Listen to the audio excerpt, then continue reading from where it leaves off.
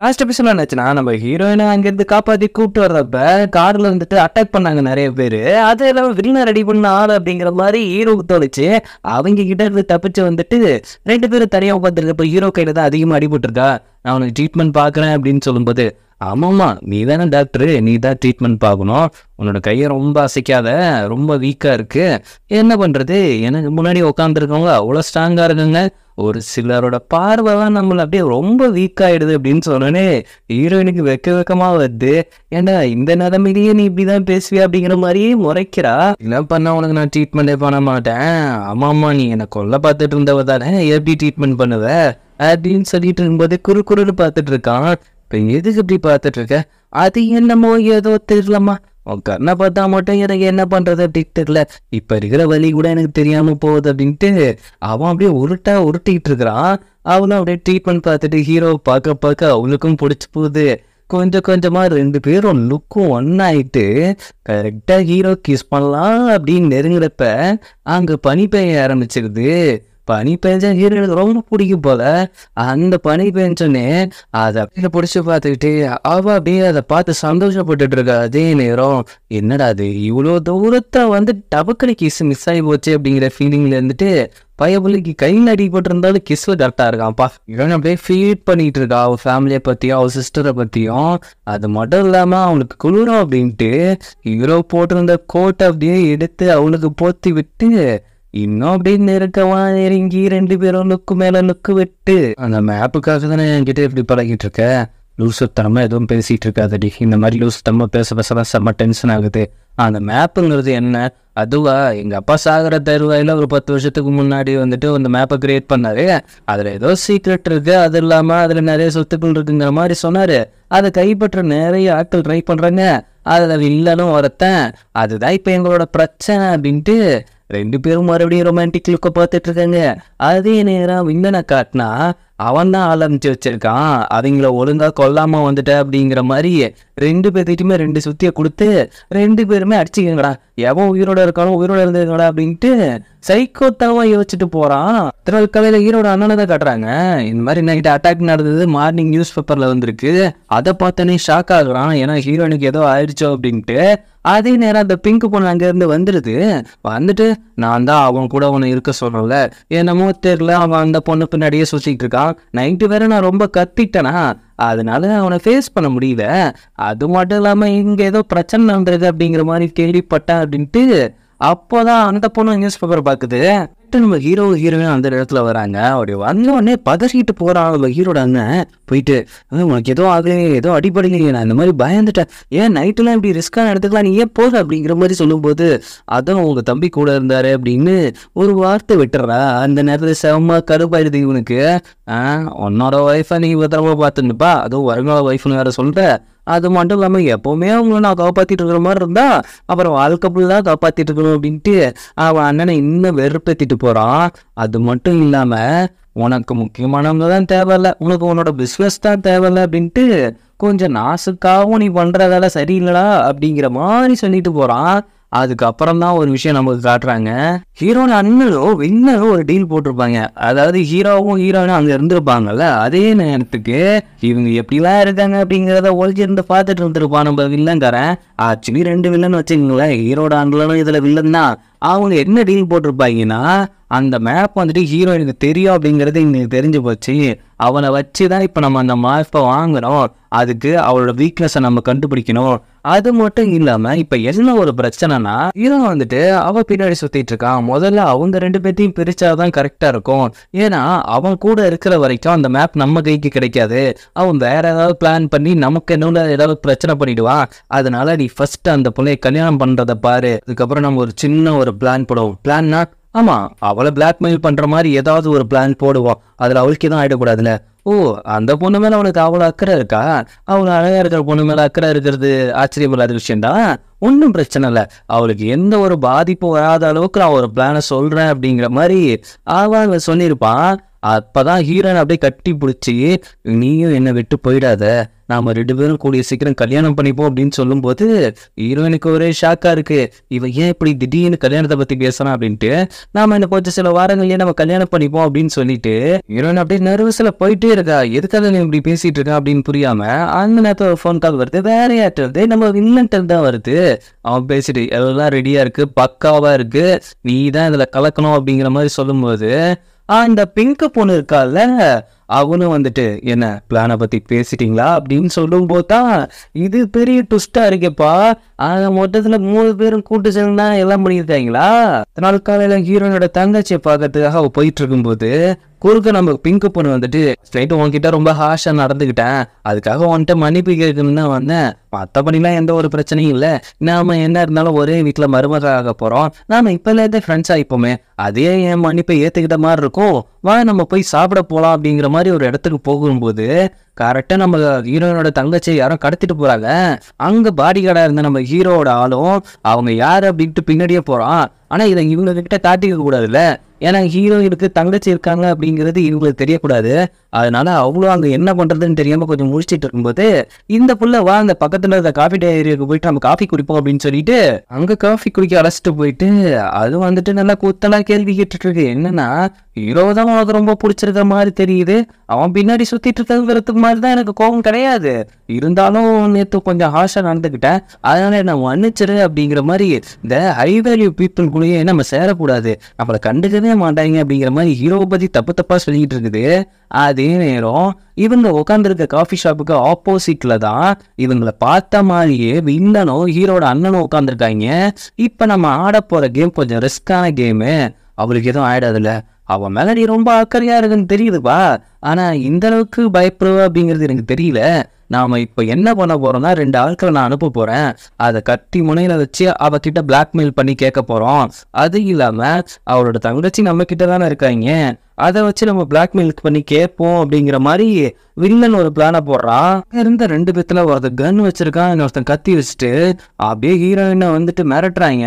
அந்த நேரத்துல அந்த பிங்க் பொண்ணு கேட்கற மாதிரி வருது, ஆனா அதுவும் பேரல ஒரு ஆள் தானே, அந்த பொண்ணை அடிச்சு மயக்கம் போட வச்சிடுறாங்க.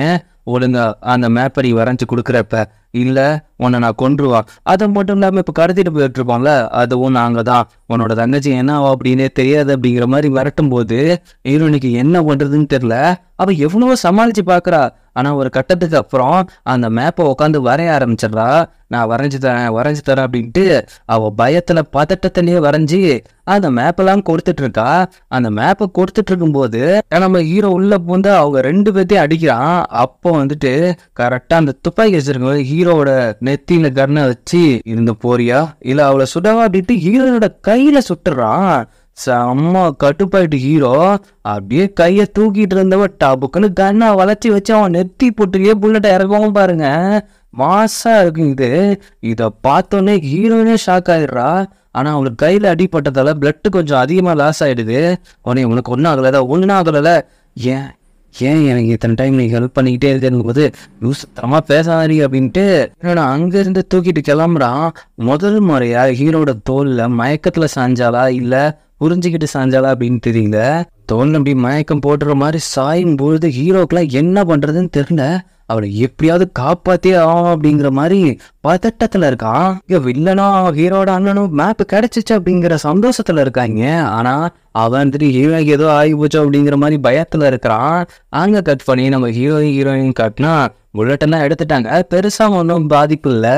ஆனா ஹீரோயின் வந்துட்டு கேட்குறா, என்ன நீ பின்தொடர்ந்து வர்றதாலையும் அது மட்டும் இல்லாம அந்த மேப்பை நான் கொடுத்துட்டேன் அப்படிங்கும்போது, ஏய் லூஸு, உன்னை விட எனக்கு ஒன்றும் மேப் முக்கியம் கிடையாது அப்படிங்கிறப்ப அப்படியே ஒரு மாதிரி ஷாக்கிங்னு ஹீரோயின் பார்த்துட்டு இருக்கா. எதுக்கு இப்படி என்ன நெருங்கி வர அப்படின்ட்டு ஒழுங்கா அவன் காயத்துக்குலாம் மருந்து போடலாம் அப்படின்னு ஷோல்டர்ல ஒரு காயம் இருக்கு, அதை அப்படியே மருந்து போடலாம் அப்படின்ட்டு அந்த கொஞ்சம் ட்ரெஸ்ஸை வைக்கும்போது பீஸ்ட் மாதிரி என்ன பண்ணி வச்சிருக்கானுங்க அப்படின்னு சொல்லும்போது, உன்னை இப்படி பண்ற பீஸ்ட் நான் மட்டும்தான், வேற யாருமே கிடையாது அப்படிங்கிற மாதிரி கொஞ்சம் ரொமான்டிக்கா ஆளு பிட்ட போடுறாரு. ஆனா அங்க ஒண்ணுமே வேலைக்கு ஆகல. அங்க கட் பண்ணி மறுபடியும் நம்ம வில்லனையும் ஹீரோட அண்ணனையும் கட்டுறாங்க. அவங்க வந்துட்டு அந்த மேப்பை செக் பண்ணி கொடுத்துருப்பாங்க போல, அது வந்துட்டு போலி மேப் அப்படிங்கிற விஷயம் தெரிஞ்சிருது. இங்க ஹீரோயின் செம்ம கடுப்பாயிடுறா, எனக்கு தெரிஞ்சு நீ தான் என் தங்கச்சி கடத்தினியா, உங்கள் ஃபேமிலிக்குள்ளே இருக்கிற பிரச்சனையில் என்ன இழுத்து விட்டு இப்போ என்ன பக்கடக்காரையாக யூஸ் பண்ணிட்டு இருக்கீங்க அப்படிங்கிற மாதிரி சொல்லும்போது ஹீரோவுக்கு செம்ம கடுப்பாயிடுது. அவன் அந்த காயத்துக்கு மருந்து போட்டுட்டு இருக்க அதே நேரம் ஹீரோட அண்ணன் அங்கே வந்து பார்க்கும்போது இவங்க 2 பேரும் கிஸ் பண்ணிட்டு இருக்க மாதிரி இருக்குது. அவன் வந்துட்டு கத்திடுறான், என்ன பண்ணிட்டு இருக்கேன்ட்டு. எப்பா ரைட் சைடில் வந்து பார்த்தேன்ப்பா, கரெக்டாக தெரியும். நீ தப்பான இடத்துல இருந்து பார்த்தா தப்பாக தான் தெரியும். எப்பவுமே நீ அப்படி தானே பண்ணிட்டு இருப்ப. நான் ஜஸ்ட் ஒரு ட்ரீட்மெண்ட் தான் உங்களுக்கு பார்த்துட்டு இருந்தேன், மற்றபடி ஒன்றும் இல்லை.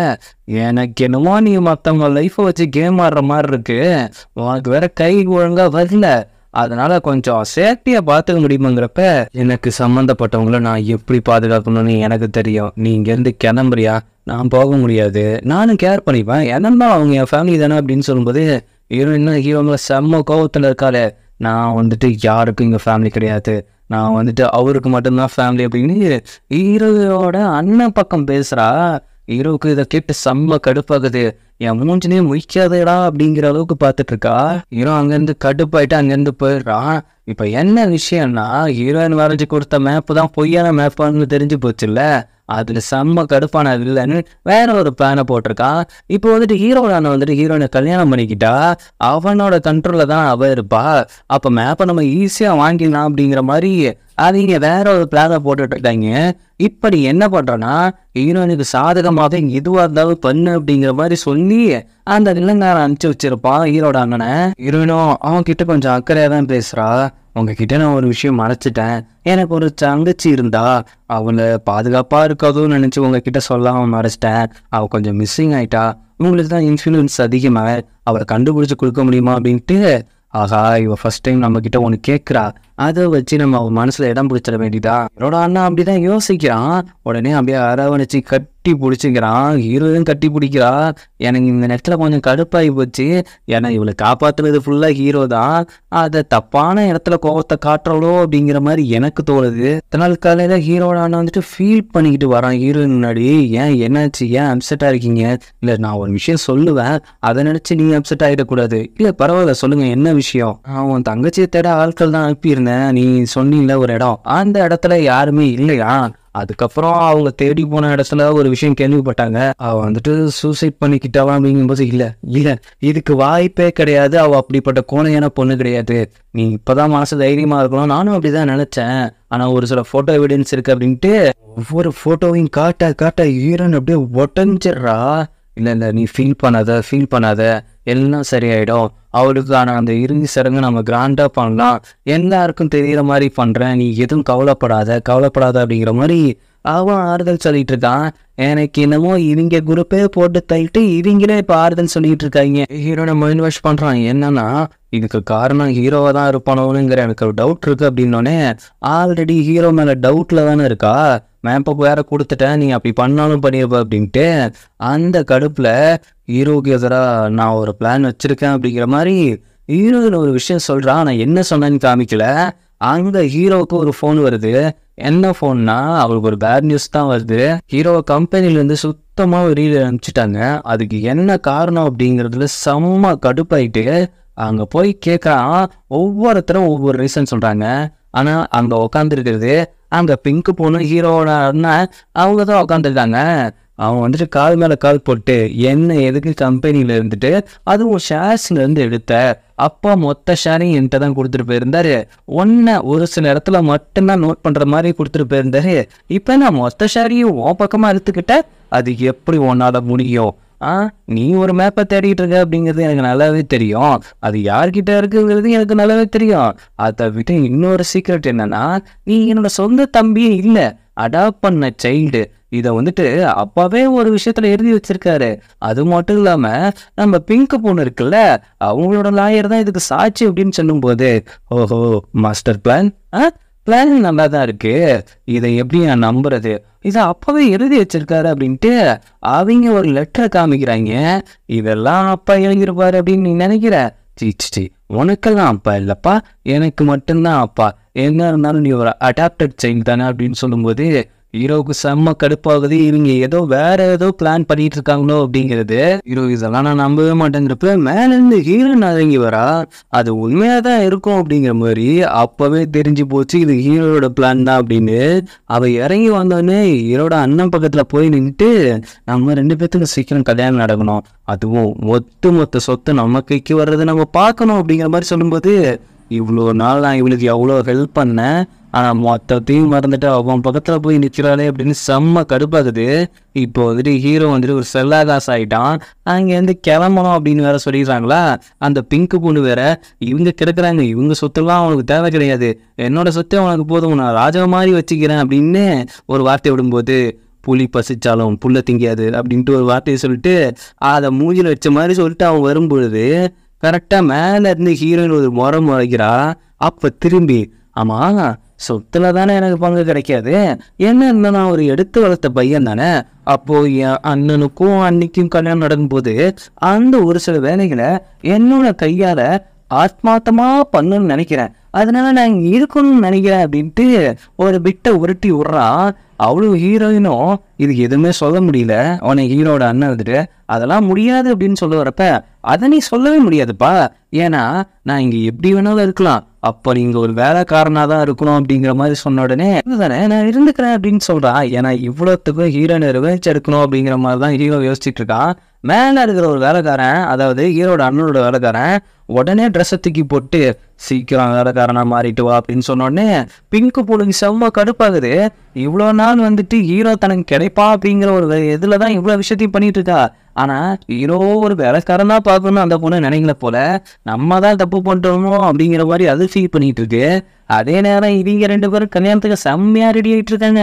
ஹீரோ அப்படியே வேலைக்காரனா கப்பில் டீ ஊற்றி கொடுத்துட்டு இருக்கான். அந்த நேரத்தில் இதை பற்றி டிஸ்கஸ் பண்ணிட்டு இருக்கும்போது, இதை இப்படி பண்ணுங்க அதை அப்படி பண்ணுங்க அப்படின்னு ஹீரோவும் சொல்லிட்டு இருக்கான். அப்புறம் போயிட்டு அவனோட ரூமை பார்த்தா அதை காலி பண்ண வச்சிருக்காங்க. இந்த ரூம்ல தான் வந்துட்டு ஹீரோயின் வந்துட்டு டிராயிங்லாம் வரைய போறாங்களாம். அதுவும் ஹஸ்பண்ட் அண்ட் ஒய்ஃப் 2 பேரும் சேர்ந்து வரைய போறாங்களாம். அதனால உங்க ரூமை கீழே ஒரு ஸ்டோர் ரூம்ல ஷிஃப்ட் பண்ணிட்டு இதை அப்படி மாற்ற சொல்லிட்டாரு அப்படிங்கிறப்ப செம்ம கடுப்பாது ஹீரோக்கு. அப்போ லாஸ்ட்டாக ஹீரோயின் வந்துட்டு இவனுக்கு பச்சை குத்தி விட்டது தான் காட்டுறாங்க. யோசிச்சு பார்க்குறான். அப்படி பச்சை குத்திட்டு முடிஞ்சதுக்கு அப்புறம் எனக்கு இது வரைக்கும் தான் ஞாபகம் இருக்குது, கிட்டத்தட்ட நான் முடிச்சிட்டேன்னு நினைக்கிறேன் அப்படின்னு சொல்லும்போது டபக்குன்னு ஹீரோட எழுத்து, அப்படியா எல்லாமே முடிஞ்சிச்சோ அப்படின்ட்டு கிஸ் பண்ண போல அப்படி திங்க் பண்ணிட்டு டக்குன்னு அங்கே ஹீரோயின் வந்தானே அதை பற்றி யோசிக்காம அவன் பாட்டுக்கு போயிட்டு அவனோட வேலையை செஞ்சிட்டு இருக்கான். அப்படி செஞ்சிட்டு இருக்கும்போது தூரத்துலேருந்து நம்ம ஹீரோயின் பார்த்துட்டு அப்போ ஒரு விஷயம் நமக்கு காமிக்கிறாங்க.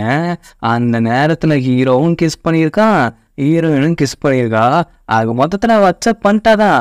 அதுக்கப்புறம் ஏன் இப்படி மாறினானா, அவன் தங்கச்சி செத்த விஷயத்துல இவனுக்கும் பங்கு இருக்குமோ அப்படிங்கிற மாதிரி தான் நினச்சிக்கிட்டு தான் இப்படி பண்ணிட்டு இருக்கா. அவன் தூரத்துல வேலை செஞ்சுட்டு இருக்கிறத பார்த்து ஹீரோயின் கொஞ்சம் ஃபீலிங்கா பார்த்துட்டு இருக்கா. இல்லை நின்று தான் தம்பி இந்த மாதிரி கஷ்டப்பட்டு வேலை செய்யறத, அதுவும் ஒரு வேலைக்காரனா இருந்து வேலை செய்யறத பார்த்து ரசிச்சிட்டு இருக்கான் ஹீரோட அண்ணன். இது எல்லாத்தையுமே நோட் பண்ணிட்டு இருக்கான் ஹீரோ. இதுக்கப்புறம் என்ன ஆக போகுதுங்கிறத நம்ம அடுத்தடுத்த எபிசோட்ல பார்ப்போம். ஹீரோவை எப்படி வேலைக்காரன் ஆக்கிட்டாங்க அப்படிங்கிறதுல உங்களுக்கு எவ்வளோ வருத்தம் அப்படிங்கிறதையும் கமெண்ட்ல சொல்லுங்க. ஹீரோயின் ஏன் இப்படி பண்ணிட்டு இருக்கா அப்படிங்கிறதையும் உங்களுக்கு தெரிஞ்ச அதை கரெக்டாக கமெண்ட்ல சொல்லுங்க. அடுத்த எபிசோட உங்களை நான் மீட் பண்றேன். என்னோட வீடியோ உங்களுக்கு பிடிச்சிருந்தா லைக் பண்ணுங்க, ஷேர் பண்ணுங்க, சப்ஸ்கிரைப் பண்ணுங்க, நோட்டிஃபிகேஷன் பெல் பட்டனை மறக்காம கிளிக் பண்ணுங்க.